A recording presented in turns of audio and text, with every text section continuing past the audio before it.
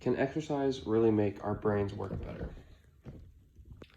So I started off by defining what exercise is. Exercise is activity requiring physical effort carried out to sustain or improve health and fitness. The recommended amount of exercise per person um, is defined by the Department of Health and Human Services as, on average, 150 minutes of moderate aerobic exercise per week or 75 minutes of vigorous aerobic exercise per week to keep the average human healthy. Some examples of exercise: running, swimming, biking, playing basketball, aerobic dancing, and stuff like that. I then went on to define what is a sedentary lifestyle. A sedentary lifestyle is a lifestyle in which little to no physical activity is involved. One who has a sedentary lifestyle typically sits while doing leisure activities like watching TV, reading a book, playing on their phone, etc. Effects of sedentary lifestyle: physical effects: obesity, type 2 diabetes, cardiovascular disease, some types of cancer, and early death. And then mental effects are increased odds of stress, depression, elevated levels of anxiety, and diminished well-being. I then went on to define memory. Memory is the faculty by which the minds store and remember information. Where is memory stored? Memory is stored in many areas of the brain that helps. There are many areas of the brain that help store memory, but the main two parts of the brain that store memory are the hippocampus and the prefrontal cortex.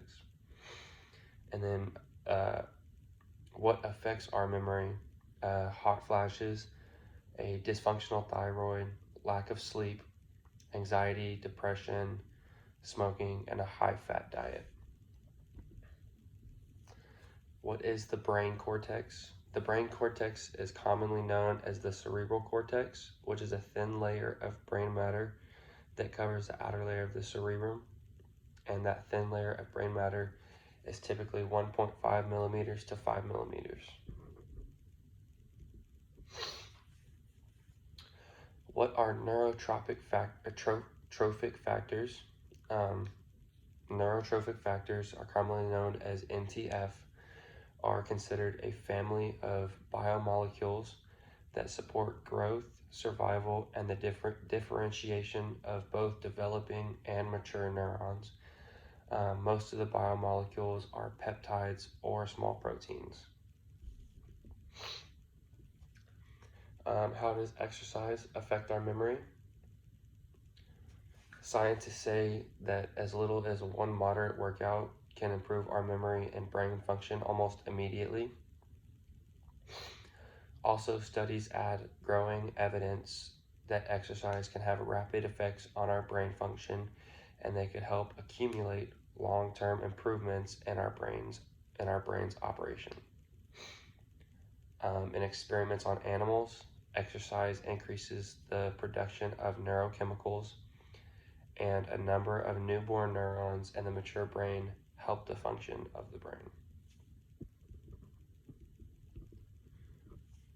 What are some chemical changes that occur in the brain and the body during exercise? The most commonly known chemical change in the brain during exercise, the most commonly known change in the body during exercise is the release of endorphins. Endorphins react with receptors in your brain to help reduce our perception of pain. The endorphins trigger a positive feeling, which is similar to the effects and the feelings that morphine has on the body. What are the effects of exercise on mood, decision-making, or reaction time? Exercise has been proven to be an effective treatment for mild to moderate depression, but it is often underused. After just completing an exercise study, show that your reaction time is decreased, but when fresh, reaction time is improved. And research shows that exercise can strongly improve our self-controlled decision-making skills. How does exercise influence the aging process? Studies show that consistent exercise can help slow down the aging process. It helps speed up metabolism in your body while decreasing the body fat percentage in your body, which can lead you to live a healthier life. And also, exercise will help get rid of the visceral fat that surrounds your internal organs, and it will help those organs begin to work better than they were, the main organ being your heart.